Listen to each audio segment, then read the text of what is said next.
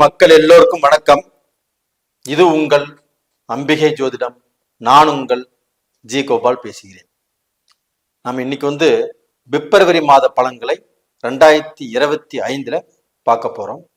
இந்த பிப்ரவரி மாத பலன்கள் ஆப்பட்டது தனுசு ராசிக்காரங்களுக்கு எப்படி இருக்க போகிறது, அதுக்கு இந்த மாத கிரக அடைவுகள் எப்படி இருக்குன்னு சொல்றேன். உங்களுடைய ராசிக்கு 3ஆம் இடத்துல கும்பத்துல சனி, சூரியன், புதன், மீனத்துல சுக்கிரன், ராகு, ரிஷபத்துல குரு பகவான், மிதுனத்துல செவ்வாய் பகவான், கன்னியில கேது பகவான். இதுதான் இந்த மாதத்தின் கிரக அடைவுகள். அப்ப தனுசு ராசிக்காரங்களுக்கு இந்த மாதத்தில் கண்டிப்பாக உங்களுடைய தலையெழுத்தை மாற்றக்கூடிய அளவுல தான் கிரகங்களுடைய அமைப்பு இருக்கிறது.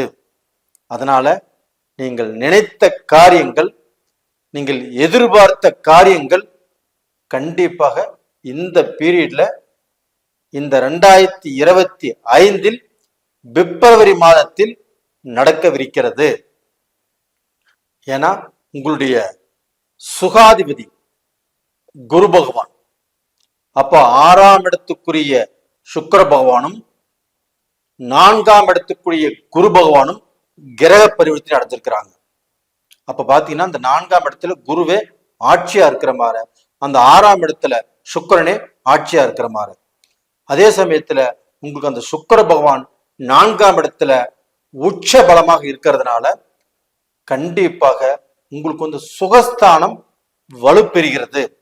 அப்போ உங்களுடைய குடும்ப ரீதியாக, உங்களுடைய தொழில் ரீதியாக, உங்களுடைய பழக்க வழக்கத்தின் மூலியமாக, உங்களுடைய கடன் ரீதியாக, உங்களுக்கு உறவு முறைகள் ரீதியாக நீங்கள் இழந்த சுகத்தை அடைய போகிறீர்கள்.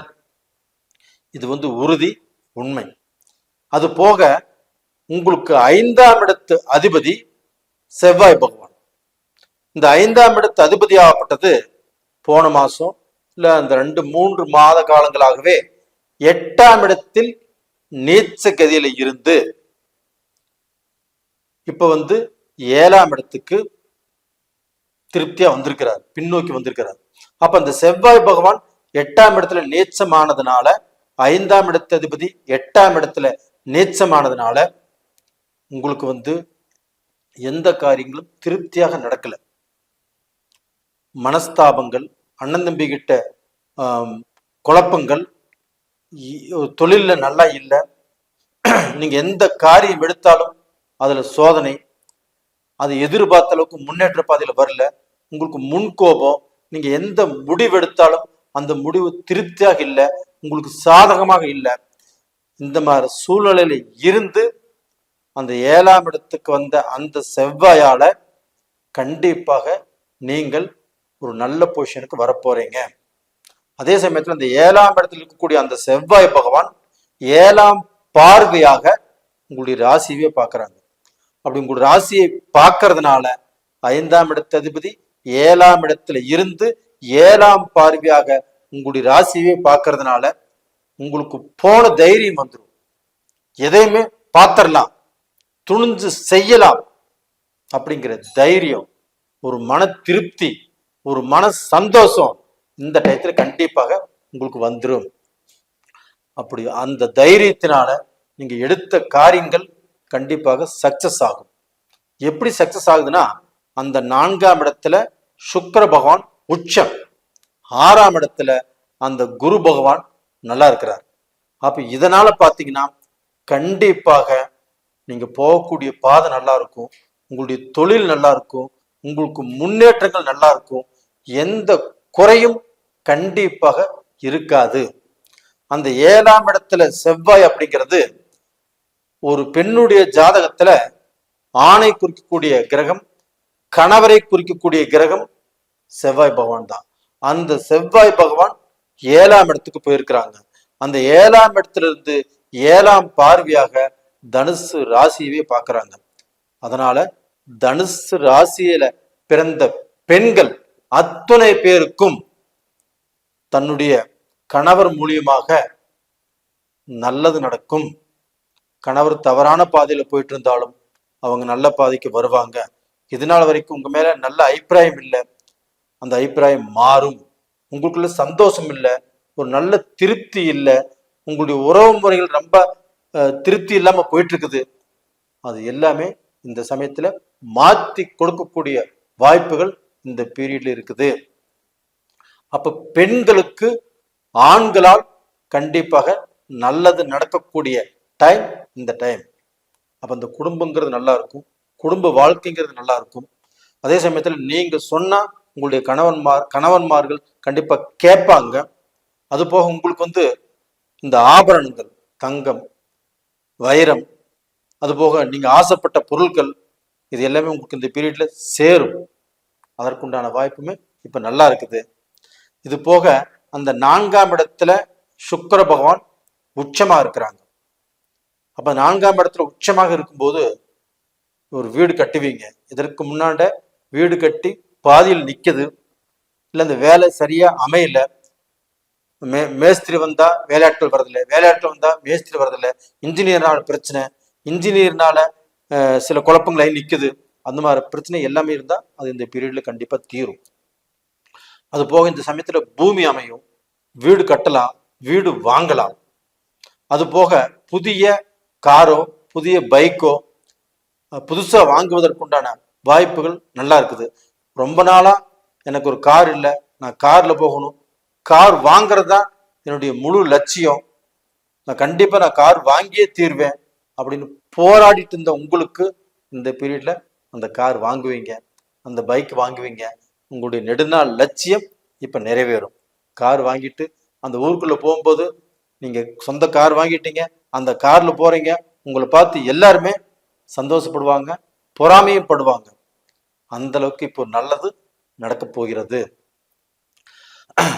இது போக பாத்தீங்கன்னா சில பெத்தவங்களாப்பட்ட பசங்களுக்கு பைக் வாங்கி கொடுக்கல, இல்ல கார் வாங்கி கொடுக்கல, இல்ல கார் பைக்கில் இப்போ ஓட்ட வேண்டாம்னு சொல்றாங்க.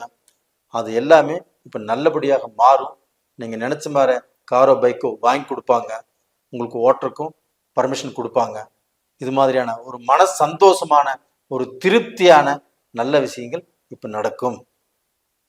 அதே சமயத்துல இந்த சுக்கிர பகவான் 4ஆம் இடத்துல உச்சம் அப்படிங்கிறதுனால பெண்களுக்கு இந்த பீரியட்ல நல்ல ஆதாயம் கிடைக்கும். அவங்க அம்மா மூலியமாக, அவங்க அப்பா மூலியமாக அவங்களுக்கு கிடைக்க வேண்டிய சொத்து கிடைக்கும். அது போக உங்களுக்கு புகுந்து வீட்டுல நல்ல ஒரு மரியாதை, ஒரு நல்ல சந்தோஷம், ஒரு நல்ல திருப்தி கிடைக்கும். உங்களை பார்த்து அந்த புகுந்து வீட்டுல சந்தோஷப்படக்கூடிய காலகட்டம் இப்ப வந்துடும். அதாவது நீங்க பிறந்த வீட்டுக்கும் புகுந்து வீட்டுக்கும் நீங்க பாலமா இருக்கிறீங்க. புகுந்து வீட்டுல மாமியாரால் கொடுமை, மாமனாரால் கொடுமை, புருஷனால பிரச்சனை, ஒரு நல்ல நிம்மதியே எல்லாம் வாழ்ந்துட்டு இருக்கிறீங்க. அப்படிப்பட்ட ஒரு குடும்பத்துல ஏன்டா நம்மளுக்கு கல்யாணம் ஆச்சு, ஏன் இங்க நம்ம கல்யாணம் பண்ணிட்டு இங்க வந்தோம், நமக்கு வாழ்க்கையே வேஸ்ட் அப்படின்னு நினைச்ச உங்களுக்கு இந்த பீரியட்ல அது எல்லாமே மாறும்.